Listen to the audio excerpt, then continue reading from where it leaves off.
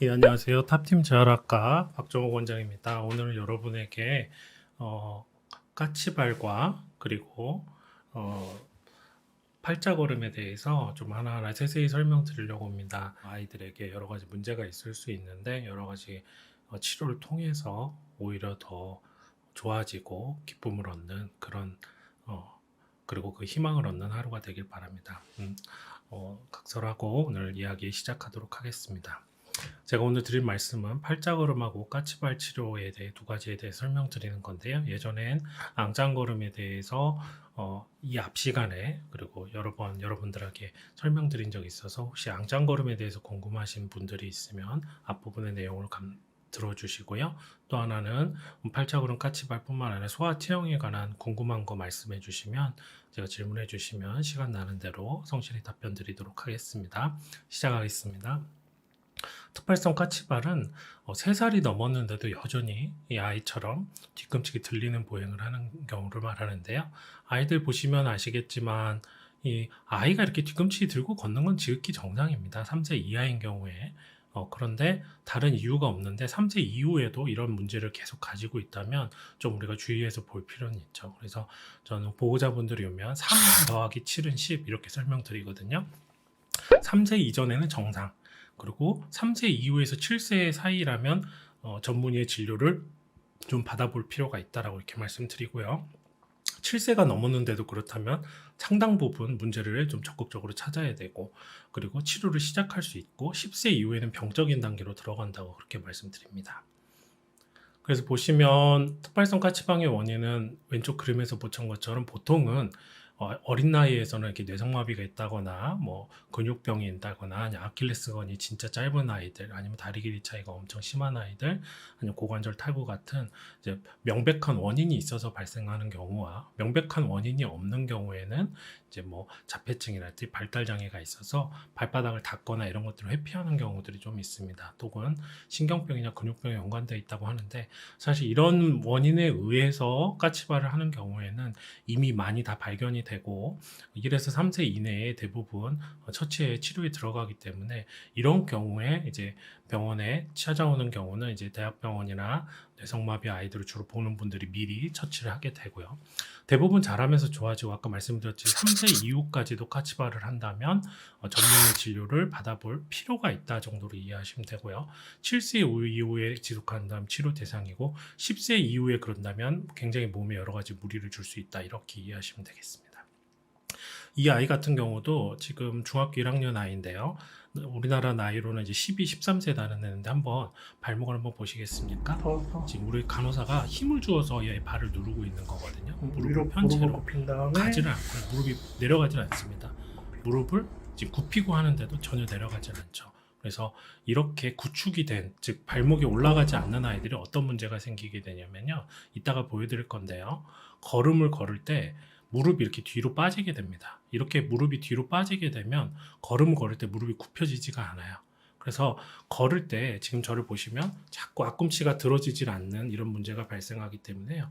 뒤꿈치가 이렇게 자꾸 앞꿈치가 바닥에 이렇게 부딪히거나 불편한 문제가 생기기 때문에 아이들이 다른 방향으로 이거를 이제 보상을 하게 되는데, 하나는 팔자걸음으로 걸음을 보상을 하거나 아니면 앙짱걸음으로 보상을 하게 됩니다. 그래서 가끔 다른 병원 가면 앙짱걸음하고 팔자걸음을 열심히 치료하는 병원이 있는데 아이의 종아리가 구축이 있는지를 잘 확인하지 않는 병원들이 많아요. 아이들 종아리 구축을 해결해 주지 않으면, 즉 발목이 위로 올라가도록 조치해 주지 않으면 앙짱걸음이든 팔자걸음은 다시 그쪽으로 돌아가게 됩니다. 왜냐하면 아이가 똑바로 걷는 게 힘들기 때문에 자기 딴에는 보상, 그러니까 안 부딪히려고 발을 이렇게 들어서 놓는 앙짱걸음을 하게 되거나 아니면 발을 바깥으로 걷는 이런 팔자걸음을 하게 되겠죠. 예, 그래서 앙짱걸음이나 팔자걸음이 있는데 아이가 까치발이 있다면 까치발을 먼저 치료하는 것이 핵심이 되겠습니다. 그래서 보시면 특발성 까치발은 그러면 어떻게 치료를 하느냐? 보통 뭐 종아리 안 올라간다는데 여기 종아리 열심히 스트레칭하면 되지 않나요? 그건 정말 하나만 알고 둘은 모르는 이야기고요. 대부분 스트레칭 효과가 있다고 알고 계시는데 잘못 알려진 거고요. 우리 종아리 근육은요, 우리 몸에서 가장 튼튼한 근육입니다. 만약에 여기에 힘이 빠지거나 스트레칭해서 이게 늘어난다면 우리 그냥 땅바닥에 주저앉게 됩니다. 그래서 종아리 스트레칭은 일시적인 효과는 있지만, 그리고 종아리가 더 짧아지지 않도록 유지해주는 효과는 있지만, 아무리 스트레칭을 열심히 해도 종아리나 아킬레스건이 늘어난다는 그런 증거는 없습니다. 그래서 스트레칭은 호전이 어렵다.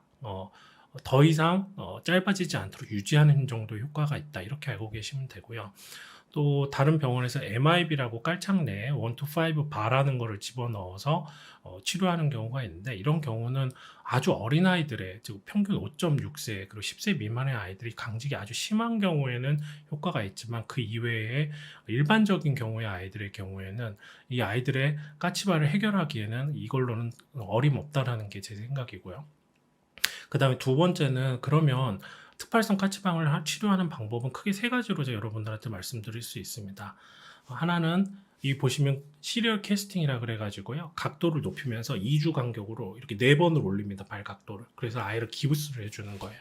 그러면 8주 정도 깁스를 하면 당연히 늘어나겠죠. 그렇게 캐스팅을 하는 방법, 깁스를 하는 방법. 또 하나는 수술을 해서 아이들이 힘줄이나 근육을 찢어서 늘려주는 방법이 있는 거죠. 그리고 마지막은 보툴륨 톡신, 보톡스를 이용한 근이완, 화학적 근이완 방법이 있습니다. 근데 보시면 이제 저희 병원에 오는 아이들은 대부분 외관상 정상이거나 다른 문제가 없는 아이들이 많은데, 그런 아이들한테 성장기에 이런 수술을 한다는 건 상당한 부담이고 조금 앞뒤가 안 맞고요. 그 다음에 이렇게 캐스팅을 하게 되면 물론 이것도 효과는 있습니다만, 아이들이 성장기에 이렇게 깁스를 하고 2달간 지내야 된다는 건 굉장히 고된 일이죠. 그래서 저는 아이들한테 그냥 5분 닦으면서 주사 맞고 재활치료 시작합시다 이렇게 말합니다. 그래서 전 보톡스 맞고 나면 보통 일주일 이내에 발목이 안 올라가던 발목이 확 이렇게 올라가게 됩니다. 그리고 그 다음날부터 전기치료랑 그 종아리를 늘리는 걸 유지할 수 있는 운동을 배우게 해서 아이들이 아주 효과적으로 좋아지게 하고, 이 보톡스는 효과가 너무너무 좋고요. 그 다음에 두 번째는 이 보톡스 치료하고 나서 발목이 안 올라가서 저한테 부모님들이 뭐 컴플레인을 하거나 이게 효과가 없다고 말하는 사람이, 제가 이 치료를 시작한 지 10년이 넘었는데 단 한 번도 없었습니다. 그만큼 너무나 확연한 효과. 심지어 어떤 경우도 있냐면요, 아이들이 정말 까치발이 심했던 한 아이가 이걸 딱 해주고 나다 주사 맞을 때는 아프다 그랬는데, 맞고 딱 걸어 나가면서 엄마한테 뭐라고 했는지 아세요? 엄마, 나 종아리가 너무 편해졌어. 이렇게 걸어가면서 나가는 경우도 있습니다. 그 정도로 맞고 나서 바로 효과가 나고요. 그리고 시술 시간도 거의 5분 이내이기 때문에, 그리고 부작용도 거의 없는 치료고요. 그에 반해서 수술이나 저 깁스 같은 경우는 아이들이 너무 고통스럽고 굉장히 많은 대가를 치러야 된다는 점. 그리고 한번 시행하면 뒤로 후퇴할 수 없다는 점, 이런 부분들을 좀 부모님들이 잘 아시면 좋겠습니다.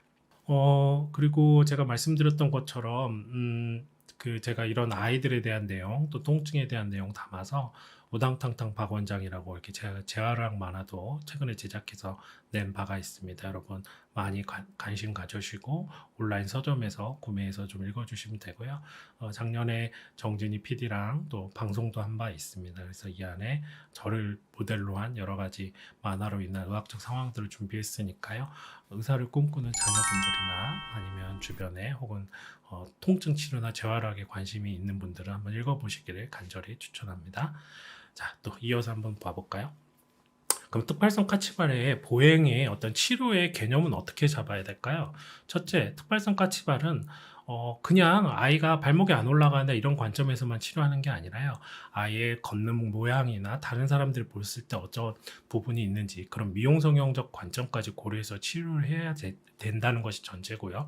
두 번째는 보행이 지장을 줄 때만 치료하는 게 원칙이에요. 보행에 큰 지장이 없다면 굳이 그런 대가를 치르면서 치료를 하라고 권하고 싶진 않고요. 또 만약에 특발성 까치발이 있는데 수술을 피하고 싶다면 당연히 비수술 치료를 먼저, 특히 보톡스 치료를 먼저 시행하는 것이 우선인데, 처음부터 수술을 해야 된다는 소리를 듣거나 그런 이제 의사 선생님들의 가이드를 받는 경우 많이 놀라는 경우가 있는 것 같습니다.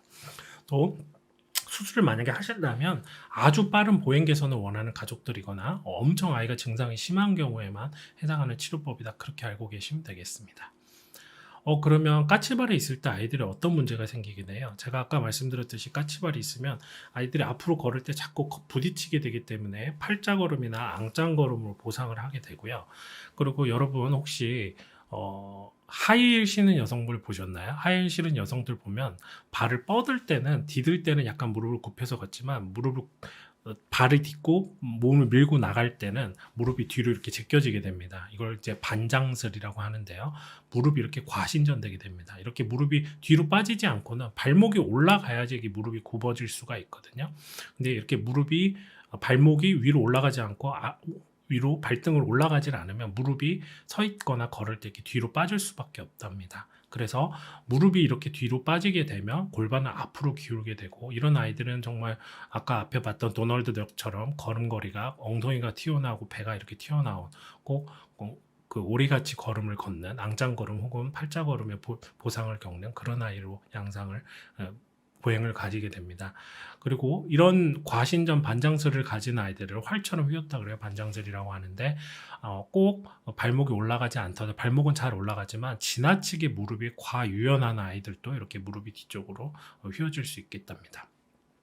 그래서 특발성 까치발을 치료하지 않을 때 발생할 수 있는 문제에 대해서 여러분에게 좀 말씀드리면 보행이 자꾸 보상 이상해지고 보상된다고 말씀드렸고요. 그래서 발과 발목에 편평족이랄지 요족이랄지 이것이 요족입니다. 이렇게 까치발 이렇게 발이 아치가 높은 것, 그 다음에 첨족 이런 것들로 변형이 되고요. 자주 넘어지거나 걸리거나 발목이 접질리게 되고요. 보행을 자꾸 보상해서 아까 말씀드린 것처럼 앙짱걸음, 팔자걸음을 갖게 되죠. 또 골반이 한쪽만 까치발을 하거나 한쪽만 다리가 안 올라갈 경우에는 골반이 비대칭이 되면서 측만증 또 허리 통증을 유발할 수가 있고요. 또 기존의 발 변형을 가지고 있는 경우에 편평적 요족을 가지고 있는 경우에는 앞꿈치만 걸음을 걷게 되기 때문에 발의 모양이 더 안 좋아지게 됩니다. 또 발목 구축에 의해서 아까 말씀드렸던 반장슬 무릎이 뒤로 빠지는 보행 시 무릎이 뒤로 빠지고 서 있을 때 무릎이 뒤로 빠지는 이런 문제를 또 겪을 수 있겠습니다. 그리고 측만증 격해질 수 있고요. 그러면 제가 아까 말씀드렸던 이 까치발의 치료 방법은 세 가지라고 말씀드렸잖아요. 하나는 뭐였죠? 수술. 두 번째는 깁스를 2달간 한다. 그리고 세 번째는 보톡스라고 말씀드렸는데 이 보톡스는 보시다시피 이 쌍둥이 근육 맨 바깥에 있는 이 장단지 근육하고 이 장단지 근육 아래에 있는 가자미 근육 두 가지를 구분을 해서 주사를 놓게 됩니다. 위험하지 않고요. 부작용도 거의 없고 불만족도 거의 없는 아주 안전한 치료법이고요. 저희 병원 같은 경우는 아이들이 워낙 장시간 시술을 못 견디기 때문에 초음파로 정확하게 막힘과 깊이를 보고 마취크림을 도포해서 아이들의 통증을 줄여놓은 다음에 주사는 거의 5분 이내에 싹싹싹싹 해서 끝내버립니다. 물론 따끔하지만 그래도 2달 동안 깁스를 하거나 수술을 감내해야 되는 것에 비해서는 훨씬 더 비용 대비 효과가 더 좋다고 저는 그렇게 생각하고 있고 실제로 많은 아이들이 시행했고 저희 병원에서도 뭐 하루에 많을 때는 4-5명까지 시행할 정도로 아주 많이들 시행하고 부모님들이 만족하고 있습니다. 그래서 뒤꿈치가 들리는 까치발이 있을 때 아이들이 스트레칭하고 치료하는 이런 영상이 있는데요. 제가 저희 병원에서 만든 게 있는데 탑팀제아라가 까치발 스트레칭 이렇게 아마 찾아서 보실 수 있을 걸로 그렇게 생각이 듭니다. 그 다음 지금 보시면 이제 제가 예전에 앙짱다리, 오다리, X다리 이런 부분에 대해 좀 설명드렸는데요. 병원마다 왜 가서 여러 가지 질문이 있는데 다른 의사들이 답변을 주냐면요. 제가 이건 꼭 알고 계셔야 되는데요. 앙짱다리든 오다리든 뭐 X다리든 팔자걸음이든 92%의 아이들은 시간이 지나면 저절로 7세 이전에 좀 좋아지는 게 사실입니다. 그런데 문제는 이 아이들 중에 8%, 그러니까 10명 중에 1명 좀 못되게가 분명히 뭔가 체형적인 문제가 남는데요. 그 중에 1%는 아까 앞에서 보셨던 정말 이런 아이들 있죠.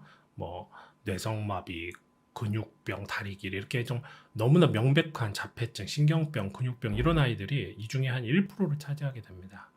이런 아이들은 제가 말씀드렸지 이미 어렸을 때 대학병원이랄지 부모들이 놓칠 수 없는 그런 환경이 좀 주어지게 되고요. 그 다음에 마지막으로 이 7%는 제가 말씀드렸듯이 이렇게 심한 아이는 아니고 어떻게 겉보기에는 멀쩡한 아이인데 약간 체형적인 불편함을 갖는 아이죠.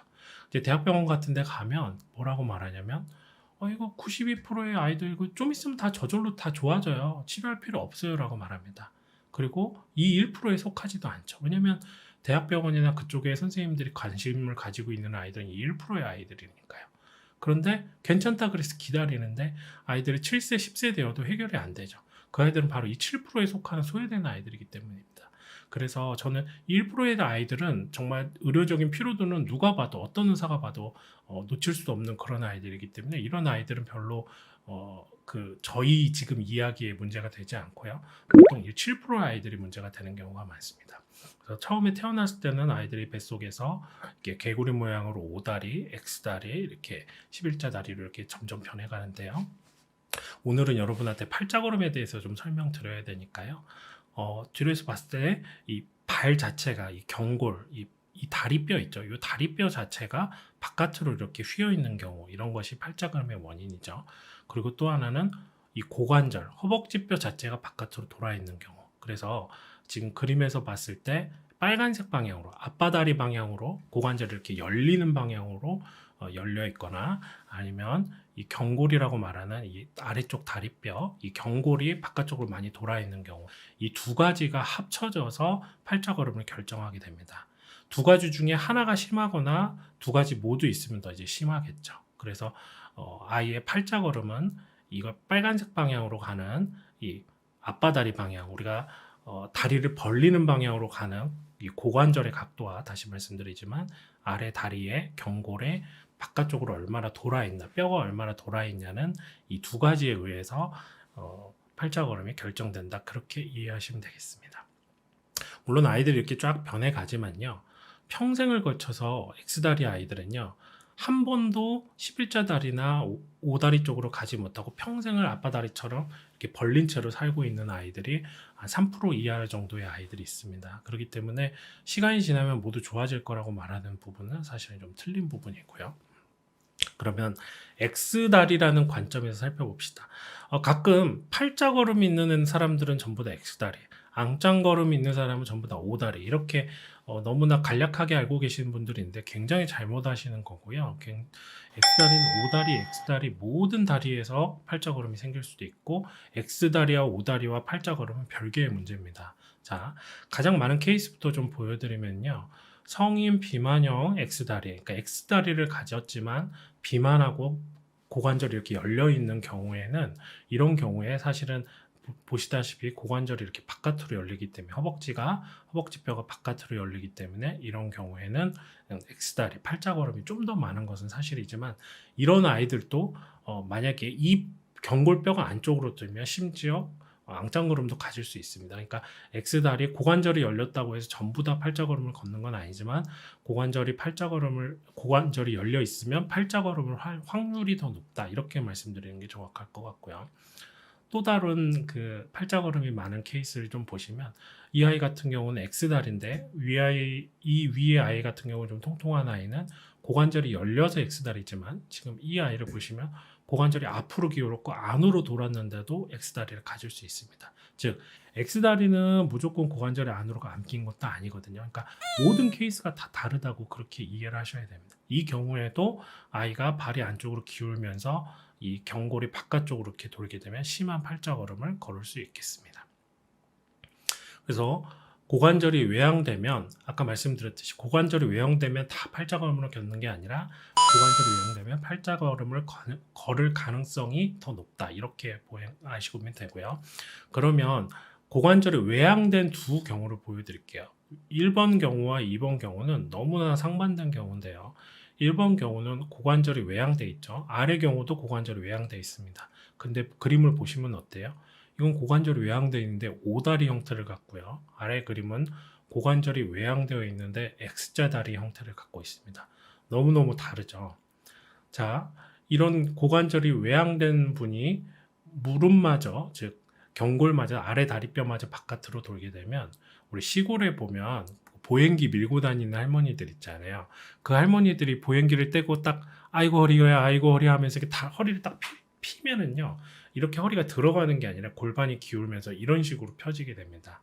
이런 분들이 서서 걸음을 뗄 때는 배를 내밀고 고관절로 외양된 채 무릎은 여기는 안쪽에 있는 퇴행성 관절이 많이 오게끔 닿는 이상한 보행을 걷게 되죠. 그래서 그런 할머니들 보면 팔자걸음으로 걷습니다. 예, 그래서 고관절이 외양되고 이런 정말 골반이 훌방으로 기울고 그 다음에 무릎이 바깥으로 돌아서 팔자걸음이 생기는 그런 경우도 있고요. 반대로 여러분 혹시 UFC 옛날에 보면 밥셉, 프라이드 이런 데 나왔던 격투기 선수 중에 밥셉이라고 있는데요. 이 친구도 보면 다리 한번 여기 한번 보실래요? 무릎이 어떻죠? 바깥을 바라보고 있고 X자 다리를 가지고 있죠. 네. 이 친구가 딱 이런 체형이에요. 굉장히 비만하면서 무릎이 바깥으로 가는데 그 무릎이 안쪽으로 쏠리면서 X자들이 이렇게 무너지는 경우죠. 그래서 이런 경우에 팔자걸음으로 서 있을 확률이 더 높고요. 그 다음에 다리 같은 경우도 경골이 바깥으로 열리면서 팔자걸음이 되는 확률이 높죠. 그래서 또 다른 경우를 한번 보여드릴게요. 이거는요, 위에는요, 지금 위에 거, 아래 거 다 골반이 이제 열리는 방향으로 이렇게 돼 있잖아요. 앞바다리 방향으로. 근데 지금 이 페이지는 어때요? 다 고관절이 안쪽으로 감겨 있죠. 그래서 이거는 고관절이 안쪽으로 감겨 있지만 O다리고, 이거는 고관절이 감겨 있지만 X다리인. 또, 그러니까 고관절이 안쪽으로 감겼다고 전부 다 O다리가 아니라는 거예요. 그래서 고관절이 안으로 감겼지만 뼈가 바깥으로 돌아서 무릎은 안쪽을 보고 있지만 걸음은 바깥으로 걷는 이런 형태의 팔자걸음을 걸을 수도 있고요. 또 무릎도 안쪽으로 기울고 무너지고 발도 바깥으로 향하는 이렇게 정말로 무너진 낙뉘라고 하는데요. 이렇게 꼭 여기에 딱 걸려버린 듯한 이런 보행의 팔자걸음도 걸을 수가 있답니다. 좀 어렵긴 하지만요. 여러분 오다리 X다리하고 팔자걸음 또 이 말을 앙짱걸음으로 바꿔서 오다리 X다리하고 앙짱걸음은 전부 다 별개의 문제입니다. 어떤 체형에서도 팔자걸음, 앙짱걸음이 있을 수 있고 오다리, X다리도 앙짱걸음, 팔자걸음과 별개의 문제로 다 생길 수 있다는 겁니다. 그래서 가끔 보면 이 운동하면 좋아져요. 뭐 저 운동하면은 팔자걸음이 없어져요, 앙짱걸음이 없어져요라고 유튜브나 링크에 올라와 있는 그런 영상들을 저는 많이 보는데요. 사실 틀립니다. 왜냐하면 오른쪽 왼쪽도 다 다른 경우가 있고요. 그 다음에 굉장히 여러 가지 이런 조합이 다 다르기 때문에 뭐 2 곱하기 2 곱하기 2 곱하기 2 곱하기 2 이런 수많은 종류의 경우들이 있기 때문에 그냥 뭉뚱그려서 이 운동하면 좋아져요. 이거 굉장히 무책임한 내용이고 그런 것들을 너무 믿지 않고 따르셨으면 좋겠습니다. 그래서 여러분들한테 이제 제가 좀 말씀드리는 것은요. 근데 이런 치료를 이제 의사한테 맡기지 않고 가끔 뭐 업자들이나 이런 사람들한테 치료하는 경우가 있어요. 그럴 경우에는 어떤 에러가 내냐면요. 저 같은 경우는 이제 아이가 오면 아이의 발, 관절 각도, 전신 사진, 보행 분석, 그다음에 족부 검진 모든 것을 여러 번 반복해서 확인합니다. 또 이것을 치료하고 교정하고 각도를 조정하고 힘들면 스톱해주고 좋아지는 경우에는 조금 더 뛰어넘어서 빨리빨리 치료하고 이런 모든 것을 의사가 관리를 해야 되는데 의사가 보고 업자한테 넘겨버리거나 실제로 의사가 그걸 관리하는 게 아니라 업자가 뭐 한 달에 한 번 내려와서 이렇게 관리하는 그런 병원에는 아이를 맡기면 안 된다고 다시 한번 말씀드리고요. 두 번째, 아이가 혹시 중간에 아프거나 힘들 때 정기적으로 영상을 찍어주고 엑스레이 봐서 문제가 없는지 척추가 제대로 가는지 확인하고 수정해주고 또 아이가 아플 때 언제든지 찾아와서 처방했던 의사 선생님 만나고 해결을 해야 되는데 뭐 한 달 후에 만납시다 이렇게 뭐 한 달 그 전에는 뭐 우리 지역에는 그 업자가 내려오지 않고 그 의사 선생님은 책임을 안 지고 이렇게 되는 방향의 치료는 하지 않으셔야 되고요. 또는 또 아이가 치료받으면서 이제 10세 이후에 성장기나 측만증이나 생각지 못했던 여러 가지 뭐 발의 문제, 무릎의 문제, 성장의 문제들을 설명해주고 미리 경고해주고 아이들을 잘 자라도록 똑바로 자라도록 치료해주고 안내해주는 이런 병원을 찾아가시기를 다시 한번 말씀드리고요.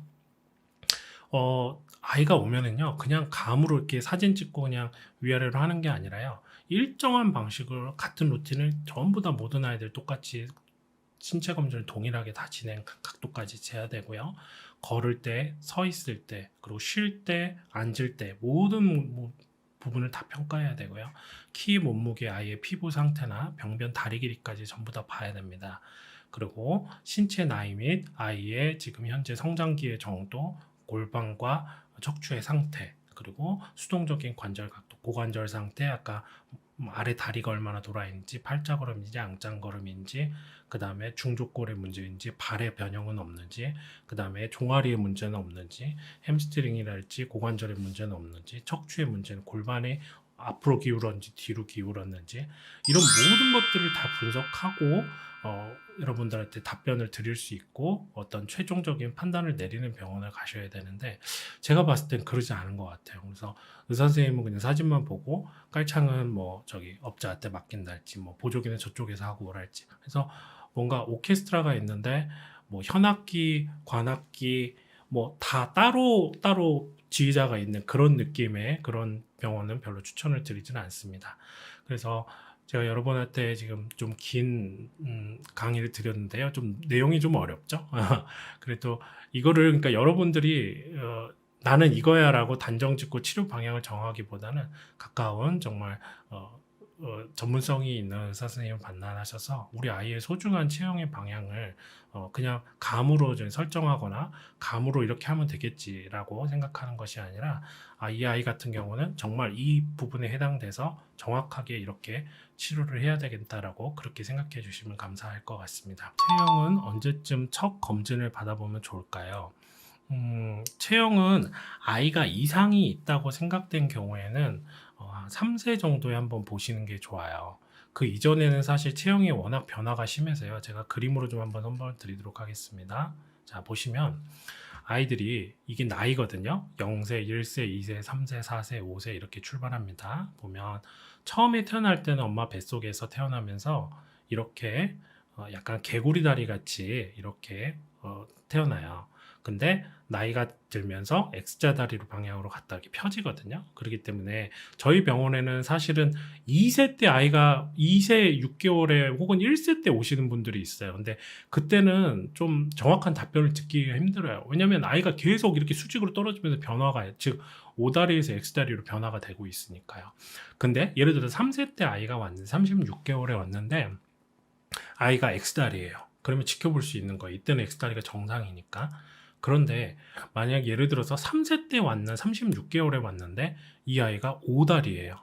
예, 그러면 이 아이는 앞으로 점점 O다리 방향으로 가니까 더 심해질 수 있는 거죠. 그래서 보통 3세 기준으로 와야지 저희가 치료 방향 때문에 그렇게 말씀드릴 수 있고요. 그렇기 때문에 3세경이 이제 치료에 적기고, 아까 까치발 같은 경우도 3세 이전에는 보통 다 사라지는데 3세 이후에 되기 때문에 저는 보통 3세를 굉장히 중요한 포인트로 보고 있고요. 그 다음에 문제가 있는 경우에는 3세 이후에는 좀 계속 꾸준히 관찰하다가 아이의 패턴을 보고 이 그래프 패턴을 확인하고 아이의 상태하고 확인해서 치료 여부를 결정한다, 이렇게 말씀드릴 수 있겠습니다. 원래 아이들은 오다리 아닌가요? 오다리 X다리 유전 때문인가요? 아니면 환경 때문인가요? 네, 아까 말씀드렸듯이 아이들은 태어날 때 다 오다리로 태어나게 되어 있습니다. 그런데 자라면서 고관절의 각도가 변하면서 이렇게 다리가 조금씩 펴지는 게 정상인데, 다시 한번 말씀드리지만 이렇게 정상으로 가는 경우는 92%고요. 8%의 아이들은 이 패턴을 쫓아가지 않습니다. 그리고 아까 말씀드린 유전성 뭐 구루병이나 비타민 D 질환이나 블라운트병이나 여러 가지 뭐 유전성 저신장이랄지 다리에 유전적으로 질병을 갖는 경우는 1% 내에 해당됩니다. 하지만 이 7%는 체형적, 질병적으로 볼 수 없는, 누가 봤을 때 체형적으로 문제가 있지만 질병이라고 볼 수 없는 아이들이 존재하고요. 이 아이들이 병원에 갔을 때 1%에 속하지 않는다는 이유로 좀 소외당하고 치료를 거부당하는 경우들이 있죠. 근데 최근에 이제 재활학과 선생님들이 많이 존재하면서 이제 정형외과 선생님이나 좀 수술적인 방법을 원하시는 분들은 다 이 1% 아이들을 주로 보려고 하게 돼 있습니다. 그리고 수술적 치료가 아니라 비수술적 교정을 하는 선생님들은 주로 이 7%의 아이들을 본다고 생각하면 됩니다. 그렇기 때문에 좀 아이가 병적이고 좀 심하다 그러면 1%에 해당하는 수술적 또는 더 상위 병원에 가시는 게 맞고요. 만약에 아이가 그렇게 심하진 않은데 좀 아리까리하고 애매하고 치료가 필요한지, 또 이 아이가 내가 봤을 때 체형적으로 문제가 있는데 위에서 좀 이거는 당장 뭐 수술할 정도 아니다 이런 얘기를 들었다면 7%의 아이들에 속하는 거니까 좀 적극적인 치료를 받아보시는 게 좋을 것 같습니다. 그 다음, 그러니까 X다리나 O다리 이런 거는 유전이 아니라 체형이기 때문에 부모의 영향은 받지만 질병의 범주에 들어가지 않기 때문에 그거를 유전이다 아니다, 환경 때문이다 이렇게 말씀드릴 수는 없습니다. 까치발 말고 참새발도 있나요? 아마 비슷한 얘기인 것 같습니다. 참새발이라는 의학명은 없고요. 까치발이라는 거는 이제 특발성 그 팁토행이라 그래서 앞꿈치로 걷는 앞꿈치 보행을 이제 까치발이라고 표현하는데요. 까치발, 참새발이란 말은 처음 듣긴 했는데, 그러니까 앞꿈치로 보행을 하고 뒤꿈치가 걸을 때 잘 닿지 않는 것을 특발성 까치발이다 이렇게 이해하시면 될 것 같고요. 성인 오다리 X다리도 교정이 되나요? 좋은 질문인데요. 이거 참 여러 가지 많죠. 지금 보시면 오다리 X다리가 제가 여러 군데 있다 그랬는데요. 보시면 이 무릎 이하의 문제, 그러니까 여기 무릎에 뼈가 돈 아인 이 문제는요, 10세 이후엔 교정이 잘 안 돼요.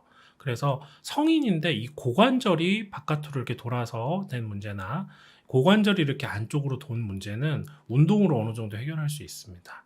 그리고 똑같이 고관절이 안쪽으로 돌았는데 이렇게 발이 무너진 거는 이건 깔창으로 받쳐줘야지 성인이 돼서 이 무너진 발이 갑자기 뭐 평발이 펴질 수는 없습니다. 다시 쉽게 말하면 무릎 이하의 문제는 성인에서는 못 고치고요. 고관절의 경우에는 부단한 운동을 통해서 분명히 좋아질 수 있습니다. 근데 중요한 건 뭘 하느냐가 중요한 게 아니라 내가 뭐가 문제인지를 아는 게 더 중요한 거죠. 그래서 보통 어떤 정확한 진단 없이 그냥 이것저것 해보는 식의 그런 접근이 많기 때문에 중요한 것은 뭘 하느냐가 중요한 게 아니라 내가 뭐가 문제인지를 정확하게 진단하는 거, 그것이 가장 좋다고 말씀드릴 수 있겠습니다. 걸음 치료는 몇 세부터 하는 게 좋을까요? 아까 말씀드렸듯이 3세경을 기준으로 해서 10세 이전에, 그러니까 한 자릿수 나이 때 고치지 않으면 걸음은 보행 고치기가 쉽지가 않습니다.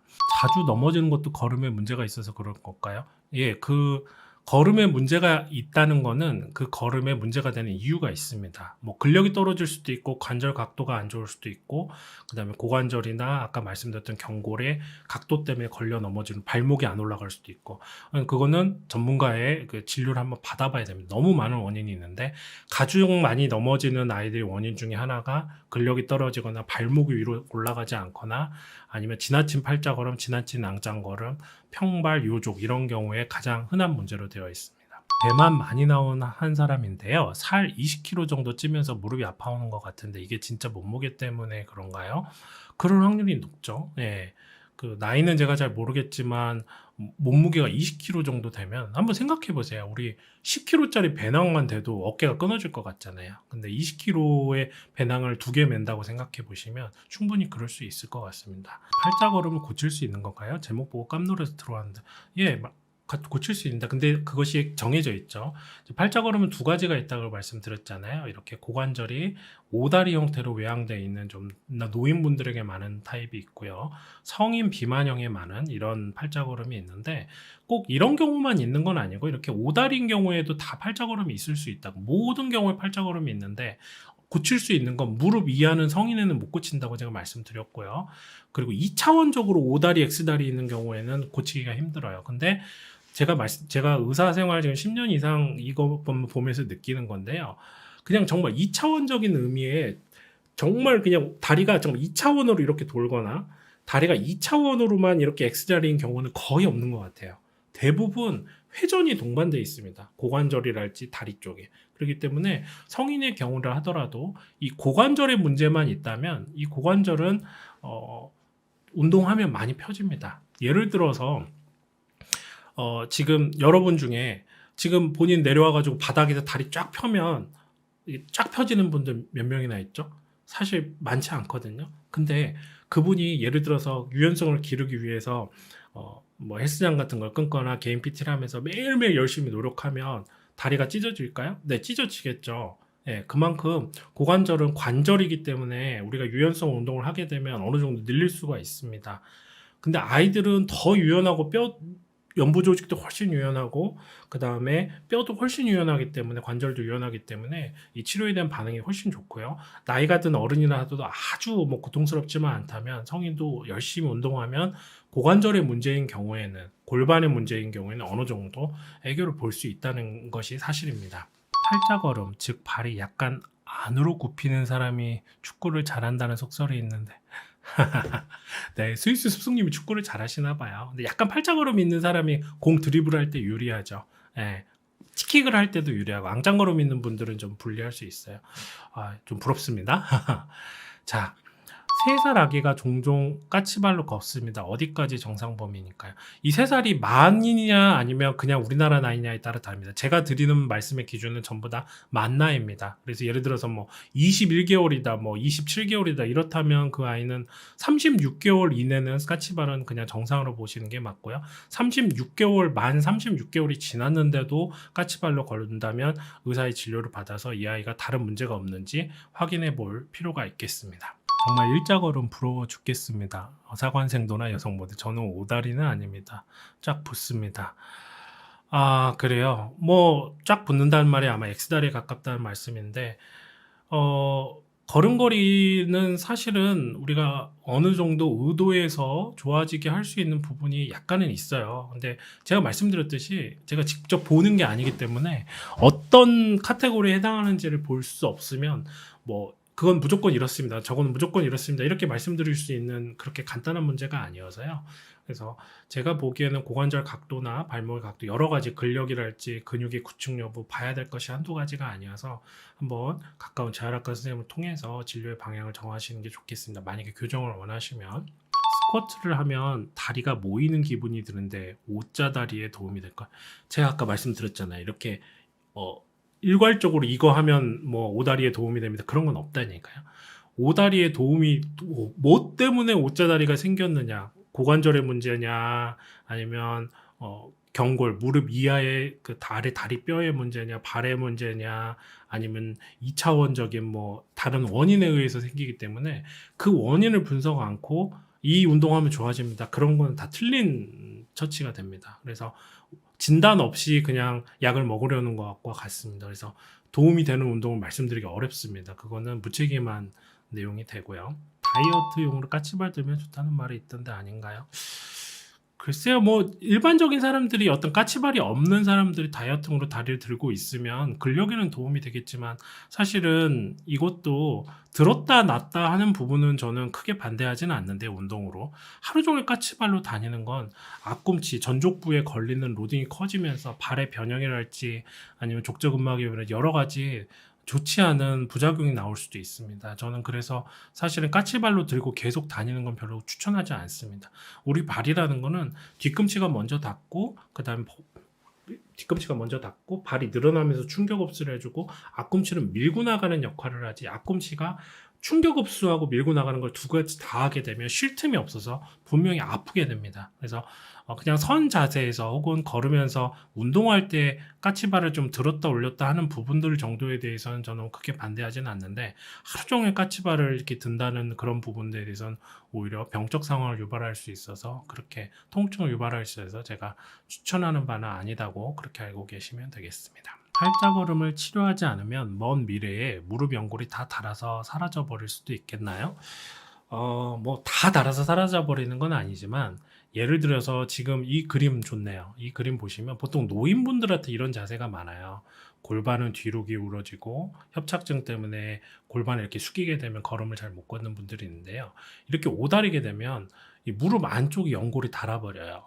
예, 걸음이. 그렇게 되면 이제 할머니들 보면 여기는 허리는 수술해서 신박아져 있고 여기는 인공관절 치환술을 했고 막 그런 경우가 많거든요. 그러니까 걸음을 이렇게 오다리로 걷게 되면 안쪽이 부딪힐 수밖에 없어요. 그럼 연골이 다 닳아서 없어질 수밖에 없죠. 그렇기 때문에 그거는 뭐 역학적 사실이고 공식이기 때문에 이런 경우에는 팔자걸음을 좀 치료할 필요가 있는데 근데 팔자걸음이 이런 경우는 이제 노인들의 경우에 쉽지가 않죠. 왜냐하면 골반을 이렇게 굽혀주고 고관절을 안으로 돌려줘야 되는데 이렇게 하면 다리가 저려고 협착증 때문에 신경 때문에 살 수가 없는 거죠. 그래서 그런 경우에 이 허리의 문제를 먼저 해결해서 골반이 해결이 돼야지만 이 무릎의 문제도 해결할 수 있는 거죠. 그래서 시골에 있는 뭐 노인분들 보면 허리는 이렇게 뒤로 가 있고 여기는 맨날 주사 맞고 약 먹고 뭐 나중에 인공관절 치환술하고 걸음은 여전히 엉덩이는 이렇게 뒤로 빠지고 이렇게 걷는 것들 많이 보죠. 보면 안타까운 경우가 많죠. 그래서 미리미리 좀 치료하고 해야 되는데 참다가 이제 병원을 방문하시면서 그런 경우들이 좀 있습니다. 또 윗칸 보시면 이렇게 무릎이 이 X자 다리로 기운 경우에는 바깥쪽 연골이 이렇게 다를 수 있어요. 그러니까 노인분들 중에 이렇게 무릎이 바깥쪽으로 닳거나 이렇게 된 경우에는 무릎 연골이 바깥쪽 연골이 닿을 수 있습니다. 그래서 젊었을 때는 체형이 문제지만 이런 체형이 오래되고 그냥 난 그러려니 하고 사셔도 이제 50대 60가 되면서 무릎이 한쪽이 안쪽 혹은 바깥쪽이 더 많이 눌리기 때문에 문제가 될 수 있습니다. 그렇기 때문에 팔자걸음이나 걸음이 무릎의 건강하고 직결되고요. 또 무릎뿐만 아니라 골반의 비대칭의 문제, 허리, 척추 협착증까지 다 연결이 돼 있죠. 그래서 저는 이제 아이들, 뭐 두세 살 아이들부터 80, 90세 노인까지 다 보는데요. 정말 저희가 뭐 예를 들어서 저는 무릎이 환자가 아파서 오면 엎드려가지고 고관절 각도, 이 각도를 다 봅니다. 근데 보통 무릎이 아프다고 병원에 가면 엑스레이 무릎 사진만 보죠. 근데 이 연골이 다른 이유, 연골이 어느 쪽이 다를 수 있는 각도, O다리, X다리 중에 고관절의 방향 이런 것들을 다 계산해서 당신한테는 이 운동이 필요하고 체형이 이래서 이쪽이 닳습니다라고 설명을 해줘야 되는데 그냥 너무 2차원적인 개념에서 그냥 O다리입니다, X다리다 이렇게 말씀드리는 경우가 많아서 저는 그런 진료에 대해서는 조금 아쉬운 점이 많습니다. 건강을 위해 종아리 근육 강화 실제로 도움이 되는가? 종아리가 뭐 제2의 심장이라고 하던데 도움은 되죠. 이제 종아리 근육이 수축과 이완을 반복해야지만 우리 정맥이라고 하죠. 피가 다리에서 심장 쪽으로 올라가는 그 근육, 그 올라가는 힘 중에 하나가 심장의 힘으로 피를 빨아들이는 것도 있지만 우리가 걸을 때 펌핑을 해주면서 같이 밀어서 이렇게 위로 정맥 피를 밀어 올려주는 역할을 하게 되죠. 그래서 판막의 기능이랄지 이런 판막이 역류하지 않도록 잡아주고 종아리가 걸으면서 근육이 펌핑하는 걸 통해서 우리 피가 다시 심장으로 돌아오는 걸 도와주기 때문에 제2의 심장이라는 말은 굉장히 정확한 말이고 필요한 말입니다. 그래서 종아리 근육이랄지 특히 하체의 근육이 정말로 중요하고 그것이 여러 가지 우리 몸에 대사랄지 전체적인 뭐 혈당이랄지 혈압이나 이런 부분에 굉장히 도움이 됩니다. 그래서 운동 열심히 하시고 하체 하기는 해야 되는데 문제는 지나치게 앞꿈치로만 막 걸으려고 하는 뭐든지 편식도 안 좋지만요. 식사할 때 운동도 너무 한 가지만 하는 건 잘못된 거예요. 그래서 전체적으로 이완도 해주고 강화 운동도 해주고 그 다음에 워밍업을 했으면 쿨다운도 해주고 이렇게 좀 밸런스 있게끔 그런 균형 있는 운동들을 좀 해줘야 되는데 운동도 5가지 종류가 있어요. 균형 운동도 있고요. 강화 운동, 이완 운동, 그 다음에 밸런스 운동, 그 다음에 뭐 여러 가지 운동이 있습니다. 그래서 여러분들이 그냥 운동은 그냥 내가 힘주는 운동만 있다 이렇게 생각하지 마시고요. 여러 가지 운동의 부분들이 있다는 것들을 이해하시고 전문적인 도움을 좀 받고 치료하시면 좋을 것 같습니다. 오늘 여기까지 질문해 주시고 또 제가 할 수 있는 범위 내에서 답변 드렸고요. 오늘 여기까지 하고 마치도록 하고요. 제가 틈나는 대로 또 아이들 소화 체형이나 이런 부분에 대해서 또 시간 가지도록 하겠습니다. 감사합니다. 여러분 안녕하세요. 탑팀즈아라카 박종호 원장입니다. 저와 지철규 작가라는 아주 유명한 만화 작가와 함께 제가 손상병에 대한 치료법을 알려드리는 재활학과적 접근법을 알려드리는 의학 만화를 아마 이번 달 내로 출간할 것 같습니다. 오늘은 이 저의 첫 의학 만화를 여러분께 소개시켜 드리려고 합니다.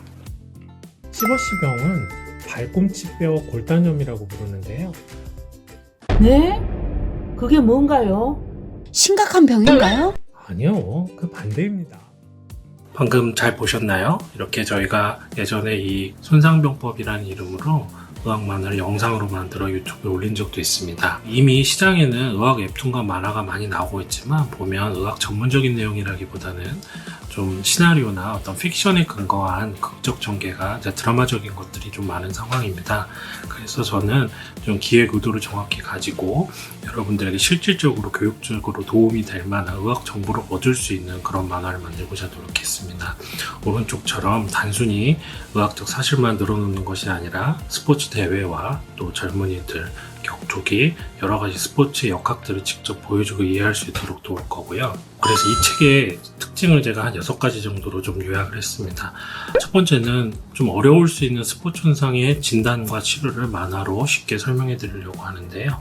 보시다시피 초음파로 어떻게 검사를 하고 초음파 영상에서는 어떻게 보이는지, 그리고 해부학적으로 어떤 부분이 손상이 갔고 어떤 방법을 통해서 치료하고 부상에서 회복하고 재활하는지까지를 하나하나 설명드리려고 합니다. 이 책의 특징 2번입니다. 의학을 꿈꾸는, 특히 재활의학이나 스포츠 손상을 공부하고 싶어하는 어린아이들에게 또는 자녀들에게, 학생들에게 큰 흥미와 자극을 줄 수 있는 그런 만화로 좀 제작해 보았습니다. 세 번째, 보시다시피 지금 스키를 타다가 한 친구가 엄지손가락을 다치는 장면이 나오는데요. 이런 식으로 스토리와 그림을 보다가 어떻게 우리가 부상을 당하고 회복하는지 자연스럽게 그 이유를 이해하고 더 깊이 들여다볼 수 있도록 도왔습니다. 네 번째, 의학 논문으로만 만나는 최신 의학의 치료법을 본인 스스로 이해하기 힘든 최근의 내용과 전체적인 경향을 이렇게 쉽게 만화로 설명하려고 노력하였습니다.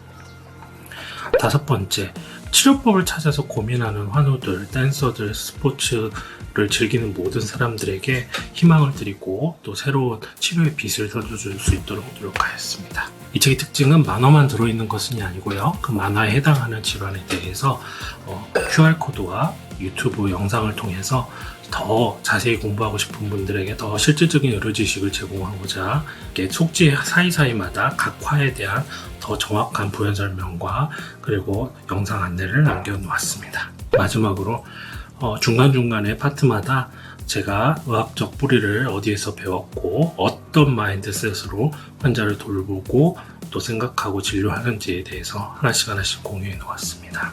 저를 도와주신 최철규 만화가와 함께 여러분에게 아주 훌륭하고 질 높은 만화로 여러분을 곧 찾아뵙도록 하겠습니다. 이상 타팀 재활학과 박종원 원장이었습니다. 감사합니다.